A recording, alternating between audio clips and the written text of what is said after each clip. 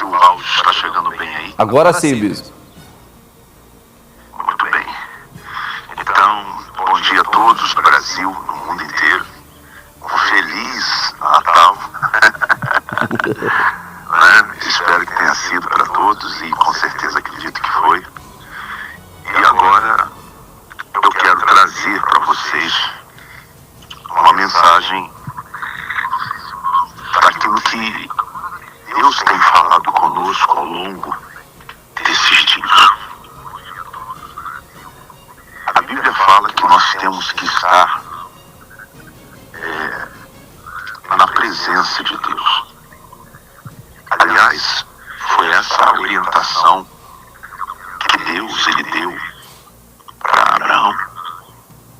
Ele disse: Abraão, anda na minha presença, Gênesis 17, e seja perfeito. Ou seja, e as coisas vão caminhar. Queridos, eu quero compartilhar com vocês sobre algo que vem destruindo a saúde espiritual, a saúde mental, a saúde física, a saúde emocional de muitas pessoas, mas destruindo de fato e de verdade. As pessoas têm adoecido de forma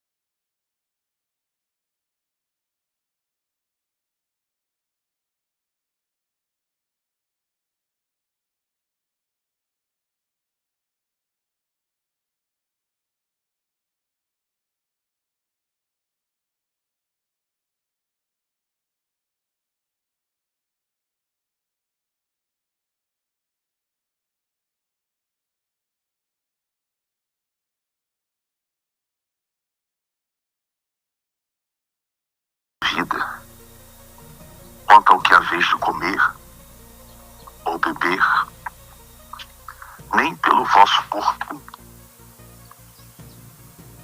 nem pelo vosso corpo quanto ao que haveis de vestir.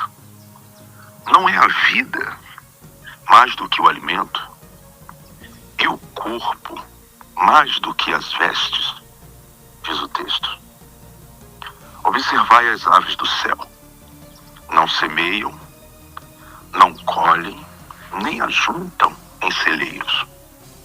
Contudo, vosso Pai Celeste as sustenta.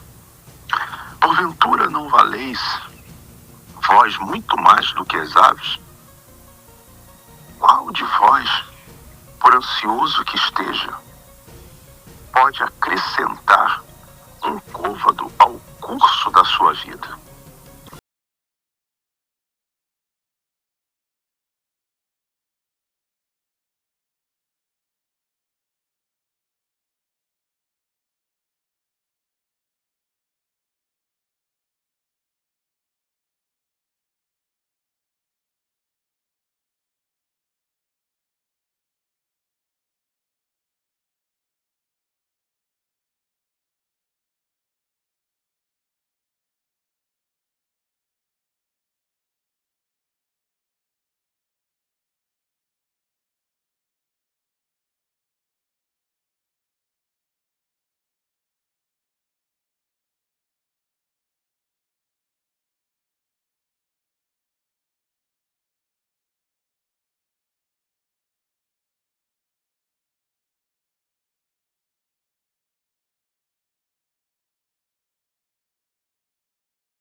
Pois vosso Pai Celeste sabe o que necessitas. Aliás, sabe que necessita de todas elas. Buscai, pois, em primeiro lugar, o seu reino e a sua justiça. E todas estas coisas vos serão acrescentadas. Portanto, não vos vos inquieteis com o dia de amanhã, pois o amanhã trará os seus cuidados. Basta ao dia o seu próprio mal. Queridos, preste muita atenção nisso aqui. Há muitas pessoas, como eu disse a princípio, inicialmente, que estão sofrendo e adoecendo fisicamente, adoecendo de forma grave, emocionalmente, adoecendo espiritualmente, adoecendo em várias áreas internas e externas da sua vida. E eu estou falando de pessoas em geral.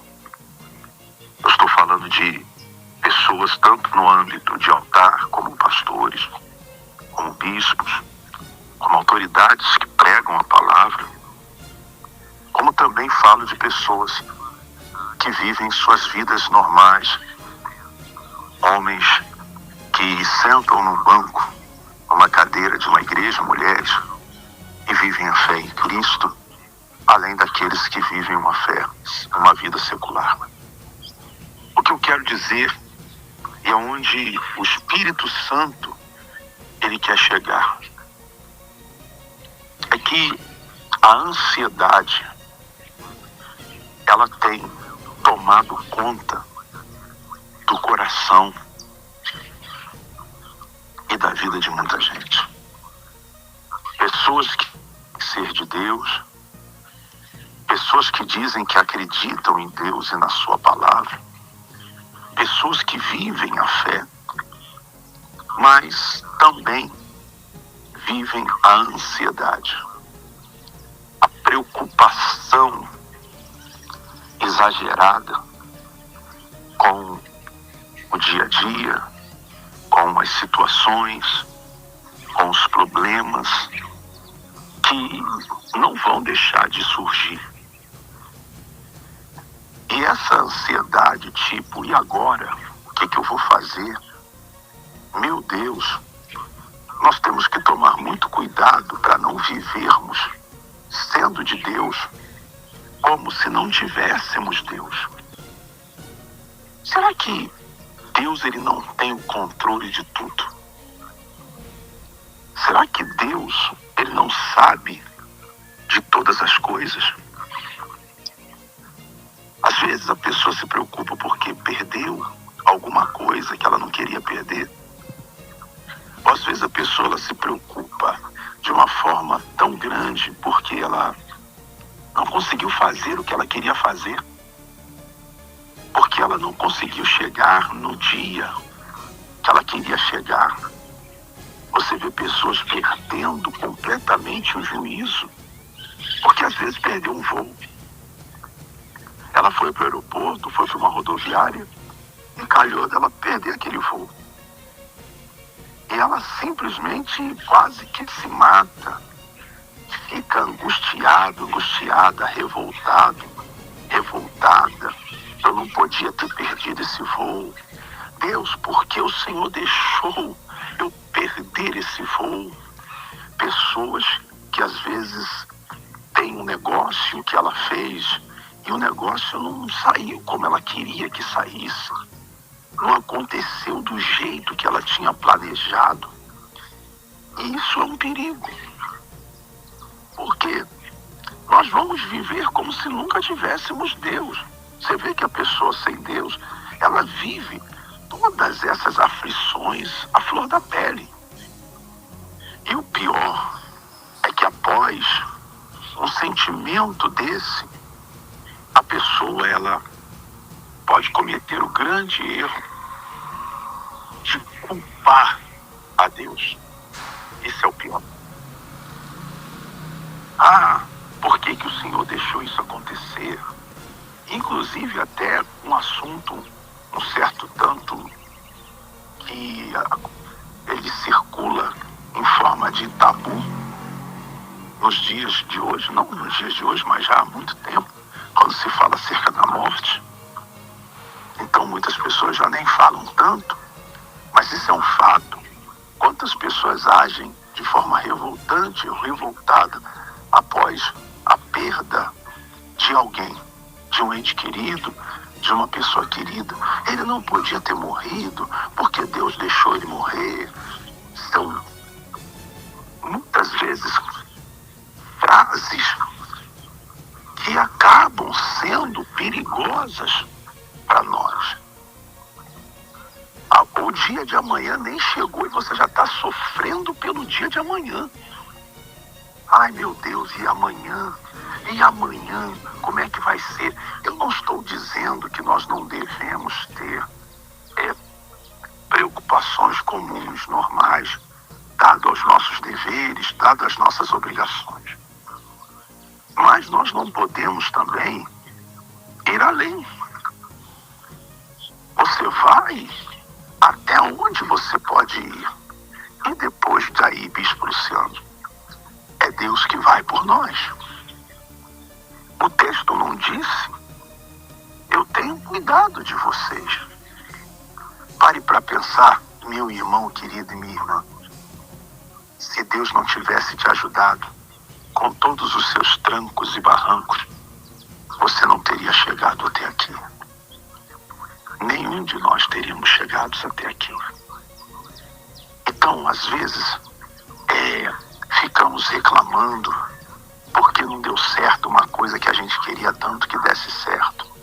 Ficamos murmurando ou entristecidos, e muitos chegam ao ponto do estado de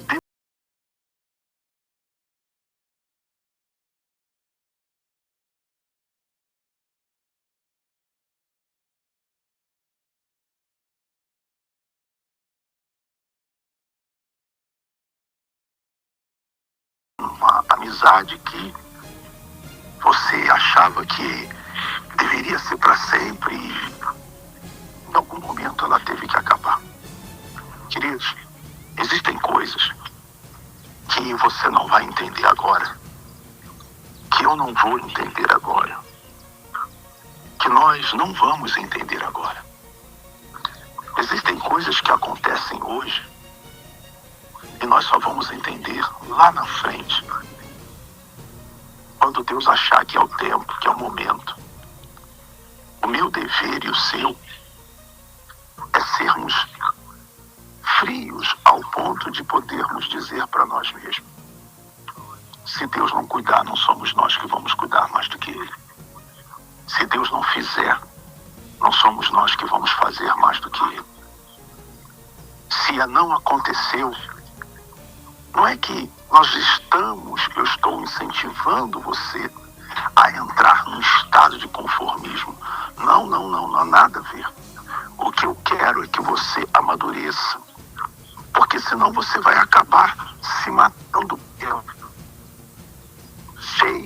cheias de insatisfações, achando que tudo tem que dar certo no teu tempo, na tua hora, do teu jeito. E não é assim, queridos. Às vezes, tem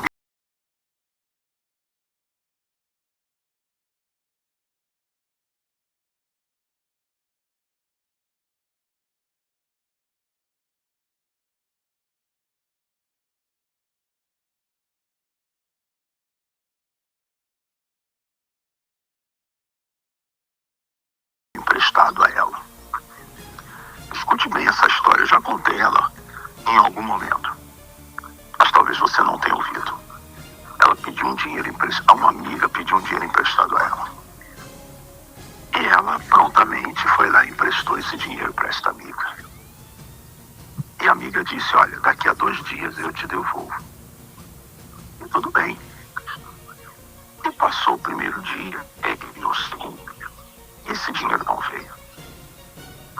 Essa irmã que tinha emprestado o valor ficou muito revoltada, ficou muito aflita e falou muitas coisas. Aquela irmã, me pediu dinheiro, não me pagou, ela é uma caloteira, olha, eu nunca mais empresto dinheiro para ninguém, tá vendo aí, Deus? Tá vendo, eu fui ajudar e olha só o que aconteceu comigo. Quantas pessoas fazem isso, né? E ela reclamou por muito tempo. tive um problema, a outra irmã, eu não estou conseguindo pagar. E o tempo foi passando, esse dinheiro nada de chegar. Nada de chegar. E aí, queridos, o que acontece? Passou-se um ano. A mulher não tinha recebido o dinheiro que ela emprestou. Revoltada, escute, pensou até em sair da igreja. Como é que pode? Ó Deus, olha só, a ansiedade, o que causa. E ela começou a dizer: ah, Deus, como é que pode uma coisa dessas? Essa irmã que deveria ter pago o dinheiro, não pagou. Quer saber de uma coisa? Esses irmãos é tudo um bando de hipócritas. E aí, ela já julgou a irmã, julgou os outros irmãos. Ela começou a entrar numa onda de colocar todo mundo dentro de um cesto, de julgar a todo mundo, inclusive de culpar a Deus. Como é que o Senhor permite isso, meu Deus? Como é que pode? E agora eu faço até um alerta, cuidado, porque a falta de tolerância com o erro dos outros pode tornar você um julgador, uma julgadora.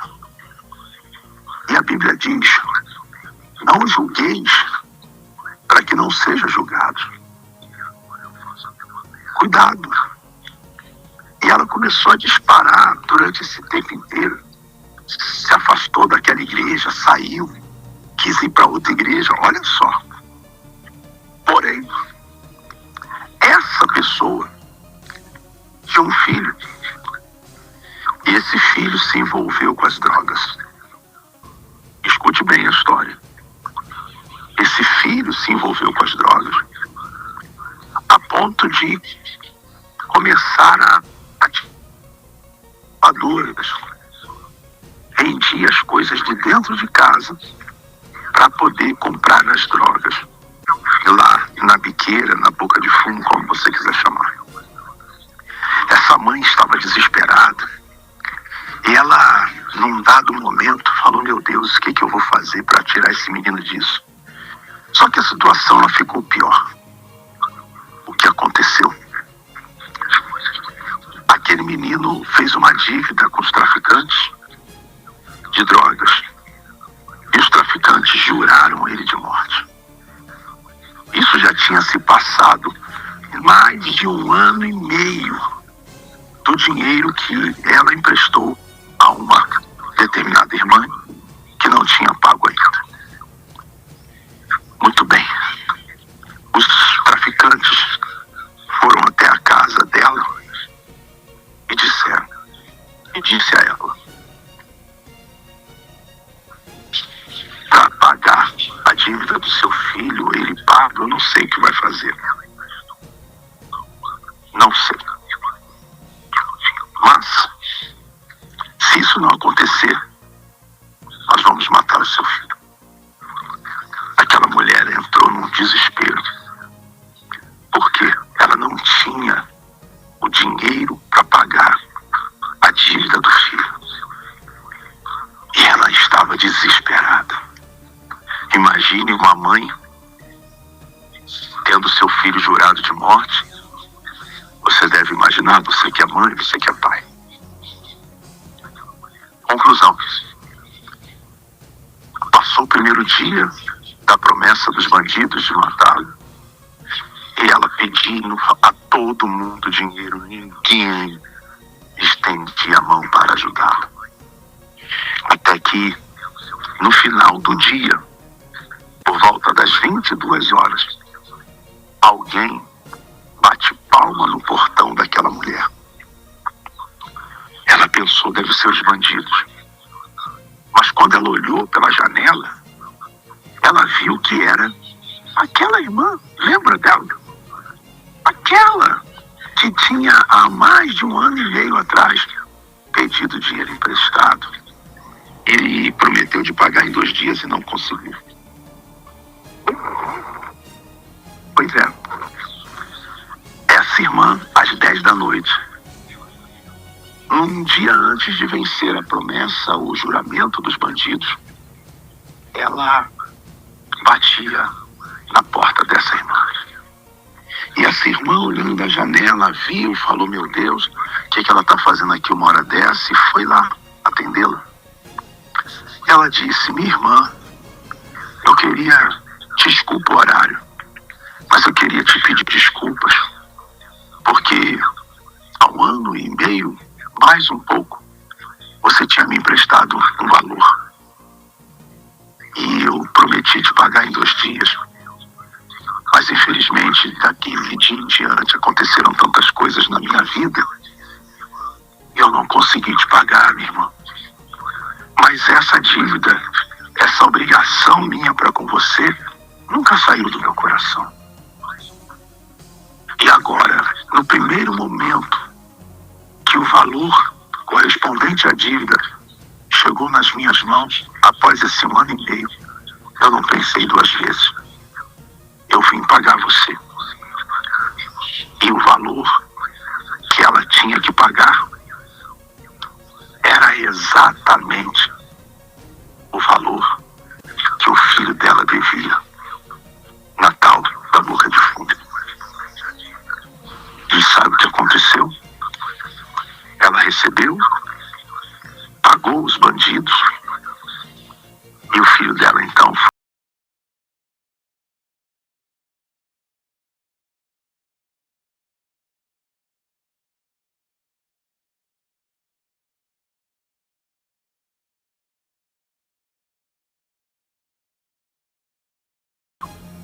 Se essa mulher tivesse recebido aquele dinheiro que ela reclamou, que ela xingou, que ela saiu da igreja, que ela condenou todo mundo, que ela julgou todo mundo, que ela disse que Deus não era mais com ela, que ela disse que crente era toda a mesma coisa, e ela defamou aquela irmã, e ela criou um inferno por conta daquele dinheiro que ela não tinha recebido. Se ela tivesse recebido,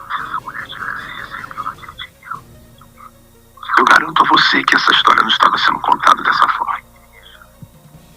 Deus já sabia que depois de 1 ano e meio, esse problema ia acontecer na casa dela. Ou será que Deus não sabia?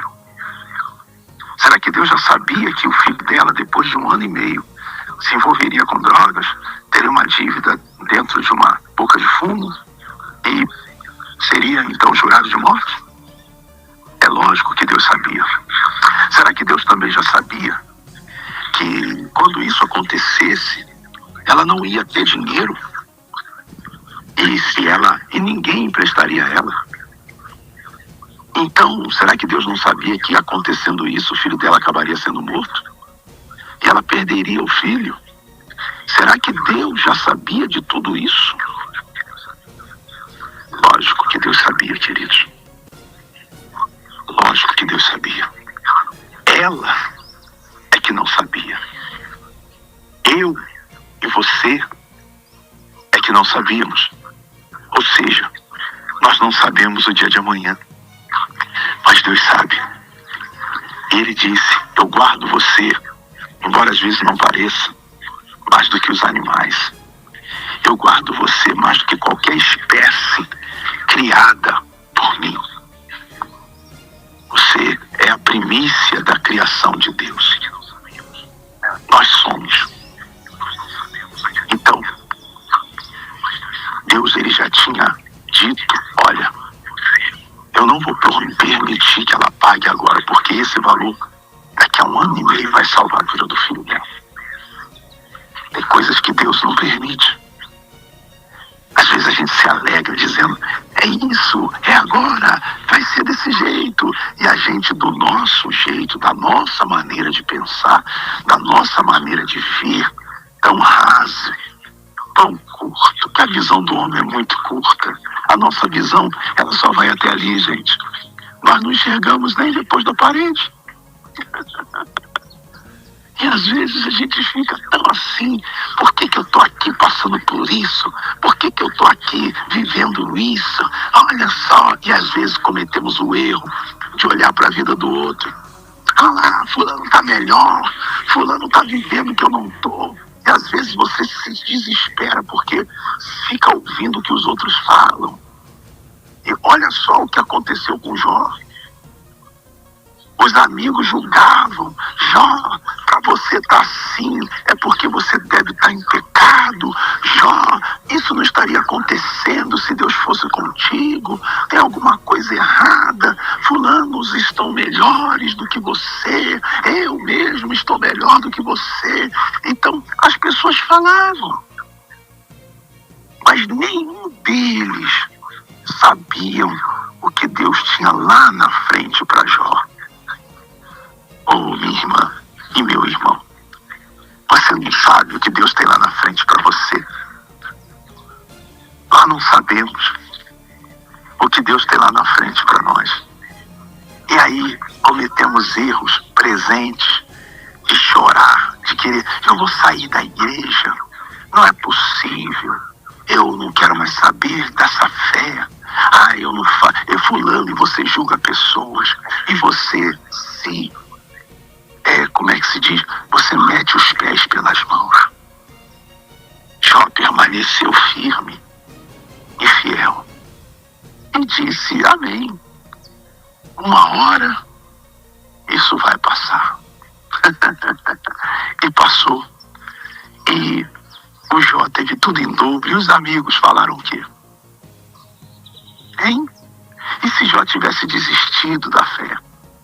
E se Jó tivesse acatado o conselho da sua mulher, que disse: amaldiçoa esse teu Deus e morre? Cuidado com os conselhos que você recebe nos momentos mais difíceis. Cuidado com as vozes que você ouve de pessoas nos momentos mais difíceis. Às vezes essas coisas não estão acontecendo do jeito que você quer. Mas eu faço uma pergunta: qual é o melhor jeito? É o seu ou é o de Deus? E se aquela mulher tivesse recebido aquele dinheiro há 1 ano e meio atrás? Você está entendendo o que eu estou falando? Essa é a minha reflexão de Natal e de aproximação do fim de ano. Às vezes você diz assim: eu vou comprar isso. Você está com aquilo no coração e de repente tudo dá errado. Aí você não pode, estar amarrado, isso é o diabo. E às vezes Deus diz: eu estou só te dando um livramento. Mas quantas vezes a tua ansiedade faz você passar por cima do que Deus está querendo te livrar? E você insiste naquilo porque está preocupado com o que você quer, ou então preocupado com o que os outros vão dizer. E mais tarde, você acaba não podendo ser livre, ou Deus podendo livrar você, porque Deus tentou, mas você não conseguiu ouvi-lo. Um avião que se perdeu era porque não era para na hora de você chegar lá naquela hora. Era para chegar depois por algum motivo. Queridos, não deixe a ansiedade matar você. Confie em Deus. Não foi hoje, vai ser amanhã. Não foi naquele lugar, será em outro. Não foi desse jeito, será de outro jeito. Mas da maneira de Deus. Imagine você vendo José. José teve um sonho maravilhoso. Ficou feliz. E disse: agora vai. Contou o sonho dele para todo mundo. E disse: agora vai. E ficou muito feliz com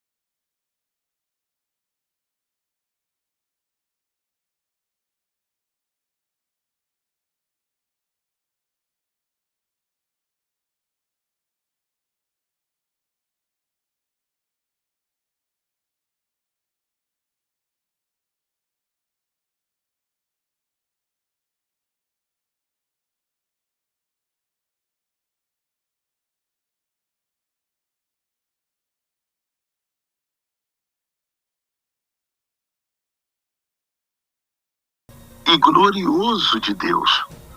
E mais tarde, aqueles que julgaram um momento difícil, ou que se atreveram a tecer suas declarações de julgamento, podem ser envergonhados. Calma, minha irmã.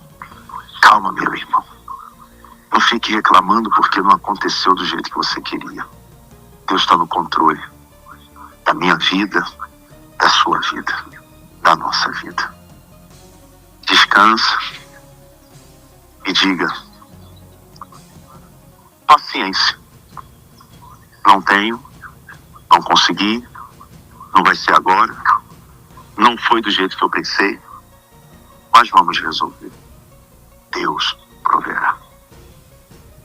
Acredito que deva ser esse o seu raciocínio, o seu pensamento. Esta palavra Deus me deu e eu estou entregando para você. Pois não? A irmã aqui, aí da Maria, está dizendo aqui, ó, verdade. Bispo Luciano, há anos atrás eu perdi uma carona de São Paulo para BH. Fiquei muito chateado. O senhor que ia me dar carona bateu o carro, entrou debaixo de uma carreta, a esposa dele morreu no local. E ela continua dizendo aqui, ele e o filho foi para o hospital. Aí eu entendi o agir e o cuidado de Deus comigo, agradeci e pedi perdão para o meu Deus, e eu vi o agir de Deus em meu favor. Obrigado, papai. Muito bem. Aí um testemunho de que nós estamos aqui falando da parte de Deus para a sua vida. Poderia então aquela morte ter sido a ida? Poderia. Eu posso arriscar dizer que seria a ida. Mas Deus, Ele não permitiu. Talvez, eu não sei se a Ida talvez não comentou, mas vou arriscar dizer, ela pode ter dito: que droga, perdi a minha carona. Poxa Deus, por quê? Essa hora já era para eu estar no tal lugar, já era para eu ter chegado. Aí ela talvez possa ter culpado alguém, a culpa foi sua. Se você não tivesse me atrasado, eu não teria perdido a carona. Quantas vezes, gente, nós agimos assim? Culpando os outros por causa de coisas que deram errado e falando pelos cotovelos. Gente, eu me lembro que o povo, quando saiu do Egito, Deus decidiu levá-los a Canaã pelo deserto. E sabe por quê? Porque Deus, ele disse assim: esse povo não sabe lutar. Esse povo não sabe guerrear. Eles foram escravos durante tantos anos. Eles se rendem com facilidade. Eles estão acostumados a servir os outros, a ser escravos dos outros. Então, se eu levar esse povo por outro caminho, eles vão se deparar com outros povos que com certeza vão atacá-los, vão vencê-los, e eles só vão deixar de ser escravo de Faraó para ser escravo de outros povos. Então, vamos levá-los pelo deserto, porque o nome já diz, lá é deserto. As lutas que eles vão ter são com eles mesmos e não contra outros. Sabe qual é o problema? Às vezes Deus está dando determinados livramentos, às vezes Deus está dando tempo para outras coisas acontecerem, mas você não aprendeu a vencer. Teu problema não é lutar com os outros, porque os outros seria até pior. O teu problema está sendo lutar contra você mesmo. Eles não souberam lutar contra eles mesmos no deserto, contra a vontade deles. Eles não souberam lutar contra o ego deles. Eles não souberam lutar contra a indisposição deles. Eles não souberam lutar contra aquilo que eles sentiam. E sabe o que aconteceu? Eles não perderam para ninguém. Eles perderam para eles mesmos. Cuidado, para você não perder para você mesmo por causa do seu ego, por causa da sua fraqueza, por causa da sua preguiça, por causa da sua vaidade, por causa, sabe, dos teus sentimentos nocivos. Cuidado. Amanhã você vai dizer: foi o diabo. Não. Foi fulano, cicrano. Não. Você perdeu para você mesmo.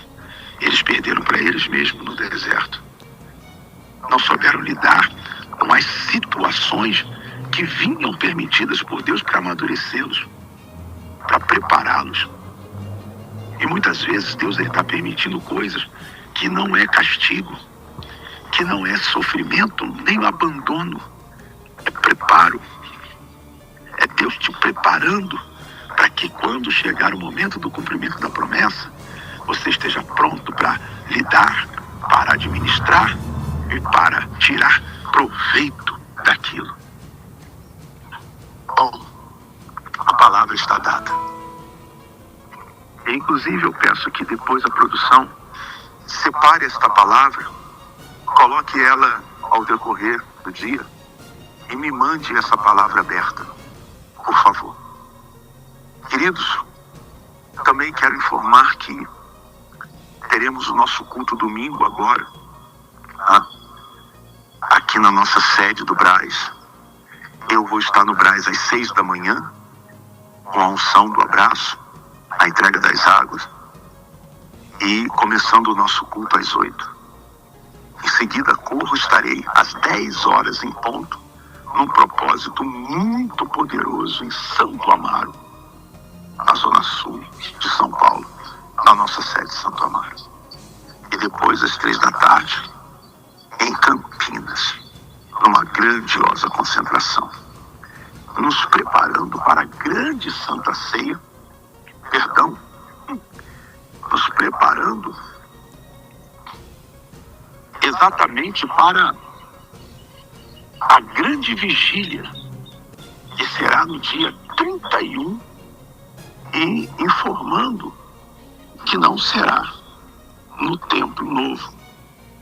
Nós estaremos fazendo ainda num templo que estamos, que é na Coronel Antônio Marcelo 295. Então a vigília será na igreja atual, Coronel Antônio Marcelo 295. Já não houve tempo hábil para fazermos o que queríamos fazer. Aí dizemos, poxa, como é que pode? Não. Isso já não faz mais parte do pensamento nem do comentário de o bispo Luciano. Eu só confio em Deus e sei que Deus ele está cuidando de nós. Se não foi lá, foi porque Deus não quis que fosse. Será então na nossa sede atual, tá bom? Será na Coronel Antônio Marcelo 295, com início às 22 horas, na nossa sede domingo, aliás, no dia 31 de dezembro, último dia do ano, e vai ser algo poderoso e maravilhoso. Então, nós vamos entregar o óleo da Santa Unção, quando for por volta de 00:01, no primeiro minuto do ano. Imagine, você receberá sobre a sua cabeça o óleo, e também um frasco deste óleo para levar para sua casa. Essa foi a ordem de Deus para Samuel. Vá até a casa de Jessé, leve consigo o óleo dentro de um chifre, e ali consagre o meu servo Davi. Unja-o, e assim será. Imagine, entrar o ano ungido. Que coisa poderosa. Espero você, sua casa, no dia 31, na Coronel Antônio Marcelo 295. Avise os outros irmãos. Olha, a vigília, ela vai ser na igreja atual, na Coronel Antônio Marcelo 295, tá? Gostaríamos que fosse lá, no outro imóvel, mas Deus definiu que será neste, e assim será. Deus abençoe, Bispo Carlos. O bispo